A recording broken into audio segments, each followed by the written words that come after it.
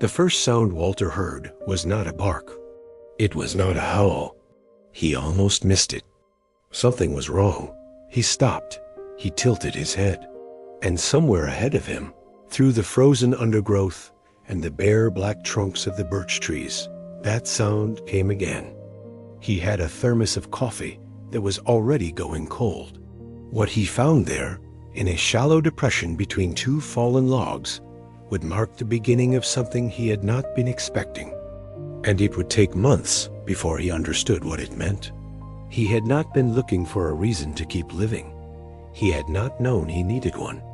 That should have been the end of what Walter thought that morning was a simple walk. The trail that Walter walked most mornings started at the edge of a gravel road, wound through a quarter-mile of secondary growth forest, and ended at a small frozen creek where he liked to sit on a particular flat stone and drink his coffee in silence. He had started walking it 3 years ago, a few weeks after his wife, Eleanor, died. He had needed something to do with the hours between waking and whatever came after waking, because Eleanor had loved that stretch of forest, and walking it felt like the closest thing available to being near her. He lived alone in the house they had shared for 34 years, in a small town in western Pennsylvania, where winters came early and stayed long. He had 2 adult children, a son in Ohio and a daughter 20 minutes away, and both of them called regularly, and both of them worried about him in the careful, and the arithmetic of that loss had a weight to it that did not get lighter the way people said it would. Eleanor had been the one who loved animals. Every stray that had ever crossed their property had found a bowl of water placed outside the back door by morning. She had said, each time, that this seemed to her like an excellent outcome. He had not been able to argue with that logic. He had been deciding that it probably was strange, and that he did not particularly care. He left the trail. The frozen ground crackled under his boots. The air was sharp and still, a kind of cold that presses close against the face and makes the eyes water. He moved carefully, because the terrain off the trail was uneven, and his knee did not appreciate surprises. He pushed through a stand of young pine, felt the branches drag across his coat, and stopped at the edge of the depression. The dog lay on her side in the leaves. She was a medium-sized animal, rough-coated and pale tan, with darker markings around her face. Her right foreleg was caught in a rusted steel trap that had closed around it just above the paw. The trap was old, the kind that had not been legal for small game in Pennsylvania for years, attached to a length of chain that had been looped around the base of one of the fallen logs. She had been there long enough that the ground around the trap was disturbed in a wide arc. On her side, tucked against the curve of her belly, pressed into the warmth that her body was still producing despite everything it had lost, was a puppy, small enough to fit in 2 cupped hands, black and tan, with enormous paws that it had not grown into. The dog raised her head when she heard Walter. Her eyes, pale yellow, found him immediately. They were not the eyes of an animal that had given up. They were the eyes of an animal that had been waiting. She made the sound again, the thin, almost breath sound, and her gaze moved from Walter's face to the puppy and back. The cold pressed around him. The forest was absolutely still. Then he crouched down, slowly, the way Eleanor had always told him to approach an unknown dog, and he said quietly, the way one says things to someone who is frightened and in pain, that he was not going to leave them there. He did not know yet how complicated a promise that was. Walter had felt it once before, years ago, when Eleanor had collapsed in the kitchen with what turned out to be a small stroke. The feeling was not fear exactly. It was the sudden, crystalline awareness of the distance between where you were and where you needed to be. He felt it now, crouched in the frozen depression with his phone in his hand, and only 1 bar of signal, staring at the trap around the dog's leg, and knowing with certainty that he could not open it himself. He called his daughter first. She did not growl. She did not flinch. She let him do it, and when the coat settled over the puppy, Something in her posture shifted, a fraction of the tension leaving her body, as if she had registered the gesture for what it was. Walter sat back on his heels and looked at the trap. It was old. Steel jaws with a coil spring mechanism, the kind used for trapping foxes decades ago. The chain was threaded through a ground stake that had been driven deep, and the loop around the log was secured with a padlock. Someone had set this trap deliberately. Someone had locked it in place and walked away. He turned that fact over in his mind while he waited for Rena to call back, and the more he turned it, the less he liked what he found. This stretch of forest was not far from a logging road that came in from the north, and whoever had set it had not come back to check it in a long time. The padlock. A trap without a lock could be opened by any passerby with enough leverage. A trap with a padlock was a different statement entirely. It was a trap someone had decided to protect from interference. He had hunted as a young man, years before Eleanor had expressed her feelings on that particular subject, and he had quietly stopped. And he had known trappers, and none of them had padlocked their equipment to the ground. That thought sat in Walter's chest and would not move.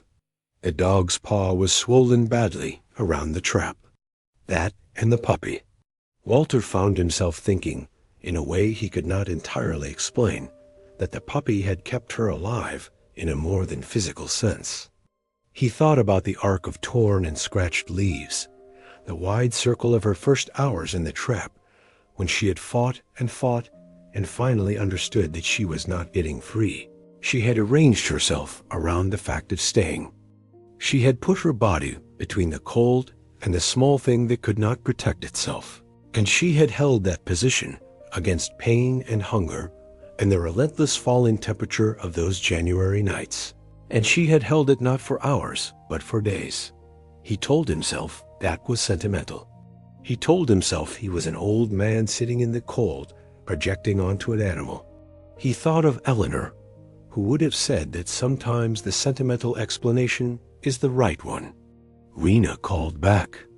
She had a number for a wildlife rehabilitator named Bev Hollis, who took injured animals on short notice. She answered in the clipped. She asked about the dog's breathing, her color, whether she was conscious. He answered each question. There was a brief silence. She said she would be there in 40 minutes. She said to keep the animal warm and calm, and not to try to move the trap. She said if the dog seemed to be losing consciousness, to call her back immediately. Walter said he understood. He ended the call and looked at the dog. She was watching him again with those pale yellow eyes. The puppy stirred under his coat, made a small sound, and pressed deeper into its mother's side. The dog lowered her muzzle to the top of the puppy's head. It was not a dramatic gesture. It was the gesture of an animal doing something it had been doing for days, automatically, continuously, without stopping. Walter sat down fully on the frozen ground, something his knee was going to complain about later, and he stayed there with her. He had not sat on the ground in a forest since he was a child. Eleanor used to say that he had forgotten how to be still. She had said it affectionately, because it was true, and stillness had always felt to him like something close to failure. But sitting there in the cold with the dog watching him, and the puppy making small dreaming sounds under his coat, he felt something happen in his chest. Something that felt, for the first time in 3 years, like presence. He was not thinking about Eleanor. He was not thinking about anything at all. He was just there. There was birdsong somewhere to the north, a single bird asking a question the forest declined to answer. The light through the canopy was white and flat, the particular winter white that carries no warmth and makes everything look like an old photograph. His coffee would be entirely cold by now. He did not think about the coffee. He thought about what it had cost her to let him close. A stranger, a large shape entering a space where she was vulnerable and unable to move. He could not explain why that moved him as much as it did. She came through the trees with a bag over one shoulder and a younger man behind her carrying a metal case. you can give to another creature. She said the leg was bad, but not the worst she had seen, but that her vitals were stronger than she would have expected given how long she had clearly been there. The younger man, whose name was Tobias, set up a small portable kit. The trap release required a specific tool and a specific angle, and Kessler worked at it for nearly 10 minutes while Walter held the dog's head in his lap, which she allowed with a stillness that Kessler later said she had never quite seen in an animal under that kind of stress. When the trap finally came free, the dog made a sound that Walter would not be able to describe afterward to anyone who asked. It was not a sound of pain, exactly. Or not only that, a male, in better condition than his mother, which meant she had been feeding him even while starving herself, which meant she had been producing milk on almost nothing, which meant, Kessler said, looking at the dog with an expression Walter could not quite read, that this animal had done something she could not fully account for medically. She said it plainly, without dramatics, the way scientists say things that exceed their models. She had been doing this for 18 years, and she had not seen this before. They transported both animals on a board, improvised from a flat piece of wood Tobias retrieved from the truck. Walter carried one end. The dog was sedated lightly for the move and lay with her eyes half open, tracking movement, tracking her puppy, who was tucked against her in the carrying arrangement. Rook, as Walter had not yet named him, was making small sounds as they moved, pressing himself against. His mother's side with a persistence that did not change, no matter how the board shifted or the branches caught at the edges. At the clinic, in the warmth, with fluorescent lights overhead and the smell of antiseptic replacing the smell of cold earth, Walter stood in the waiting room and did not know what to do with himself. He realized, standing there, that he had left his coat in the forest.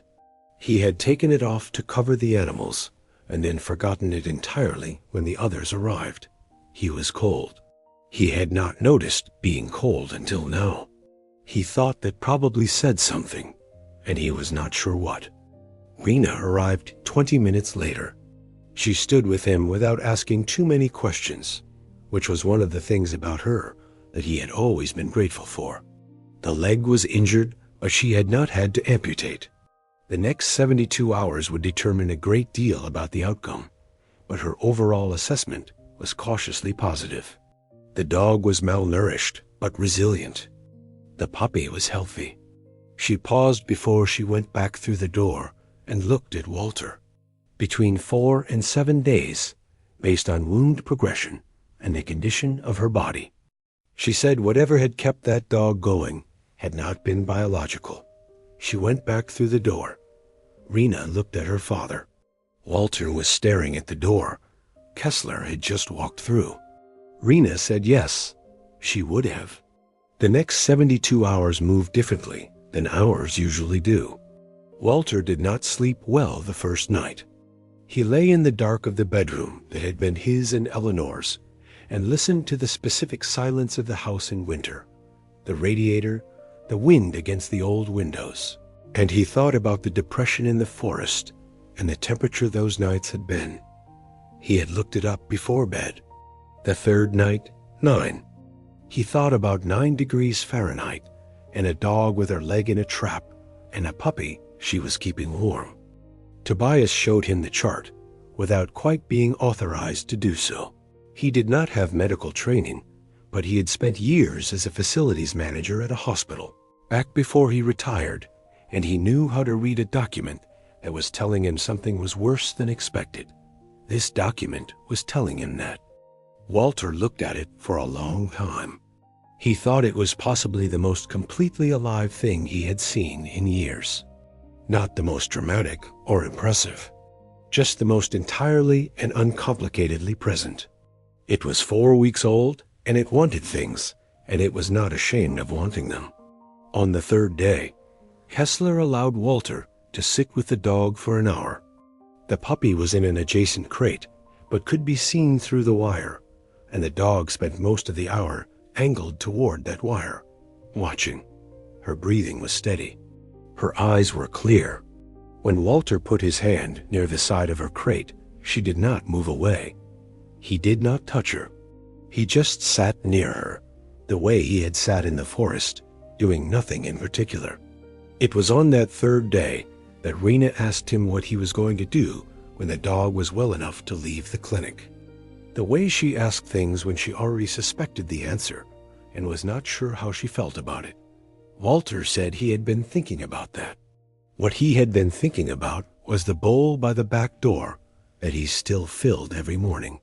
What he had been thinking about was Eleanor's voice, which he heard less and less now 3 years on, but which had come back to him clearly in the forest when he had put his coat over the dog and the puppy. Not a vision or a sign, just a sound he associated with her so completely that hearing it, he said to Rena that he had an extra room. Rena said nothing for a moment. Then she said she thought he should do it. He looked at her. That was part of why he was scared. Rena asked him what he was scared of specifically. He thought about it. He said he was scared of caring about something that could leave.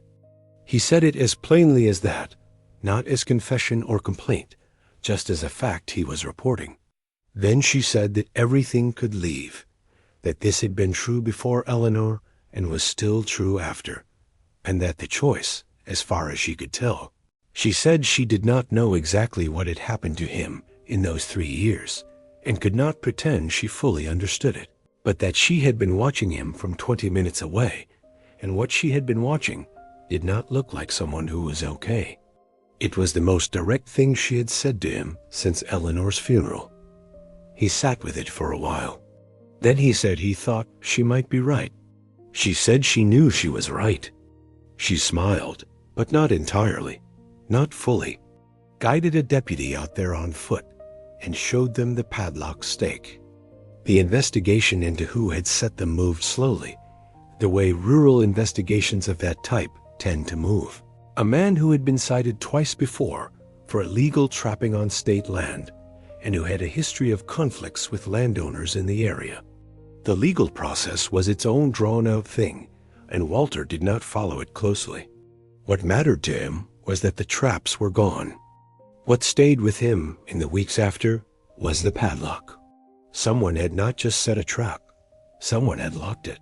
Walter thought about that on his walks, which he continued, and which took him past the depression where he had found her, and which he now thought of as a different kind of trail.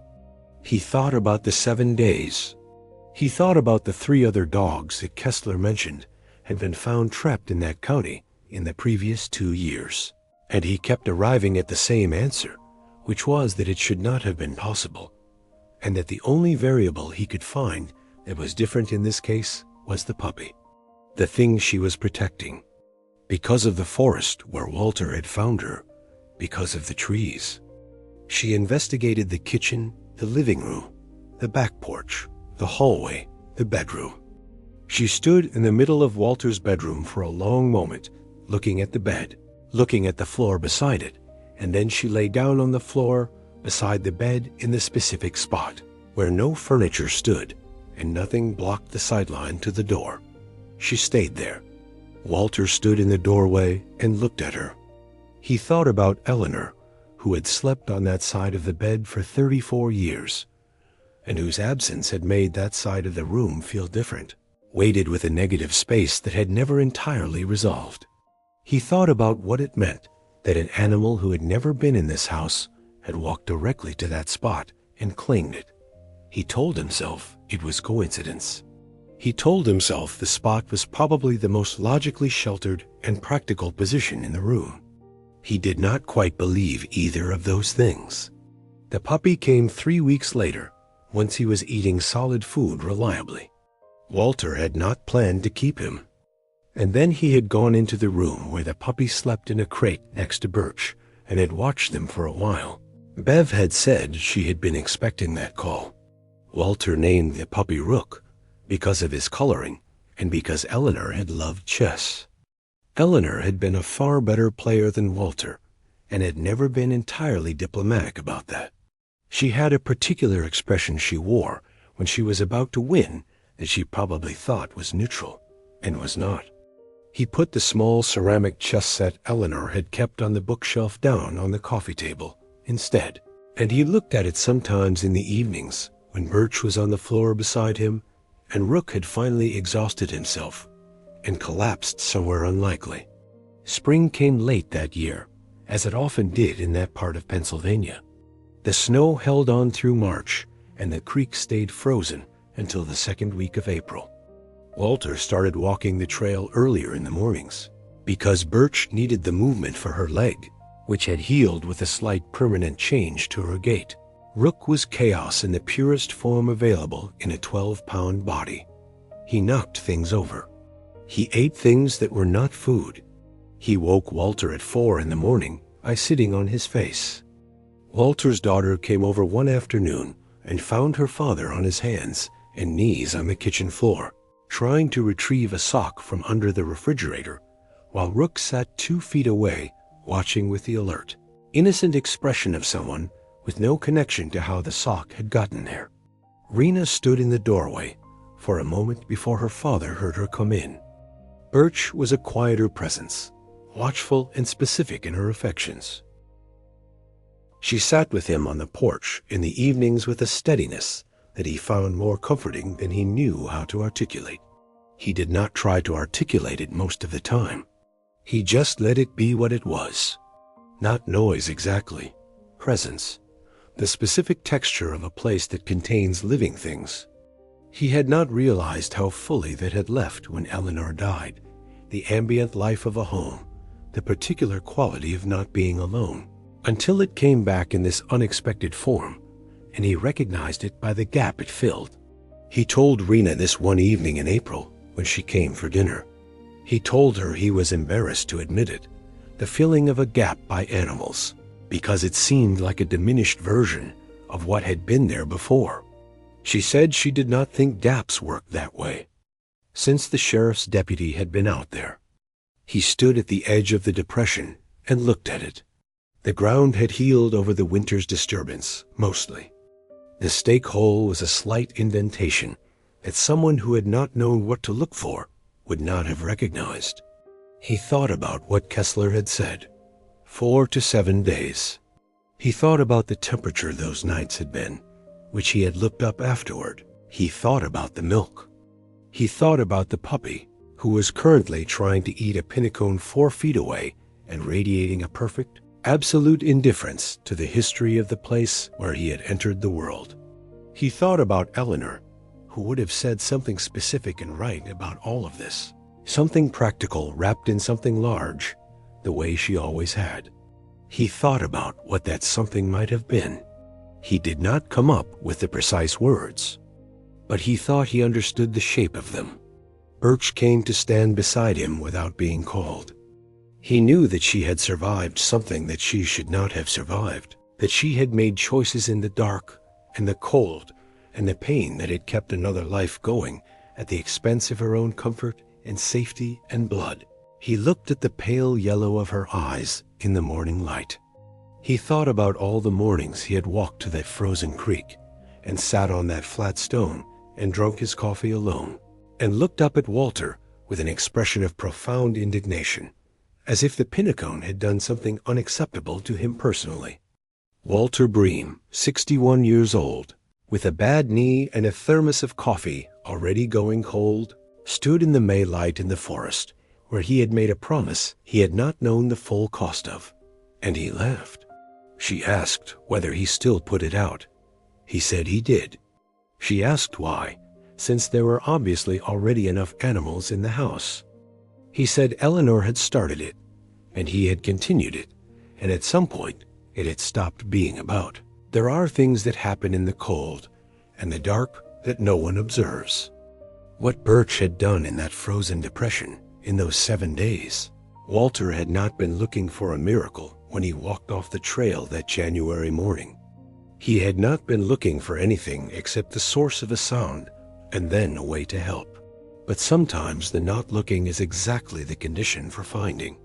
Kessler was asked about it once, later, that the condition of the animal at intake was not consistent with an animal that had produced adequate milk for a nursing puppy over that period. that she had run the numbers more than once and arrived at the same place each time. And she had been doing this long enough to know. He fills it every morning before he takes Birch and Rook out for the trail. He does not know who drinks from it. He has not seen anyone drink from it. He fills it anyway, in the cold or the warmth, as a practice or a habit or something that sits between those two words in a place he has stopped trying to name. Eleanor used to say that the animals always knew before the people did. When Birch stops and lifts her head and looks at something he cannot see or hear, and stays like that for a moment, perfectly still, perfectly certain, before moving on, he does not know what she perceives. He does not ask. He just keeps walking beside her into whatever comes next. And every morning, without fail, the bowl is full.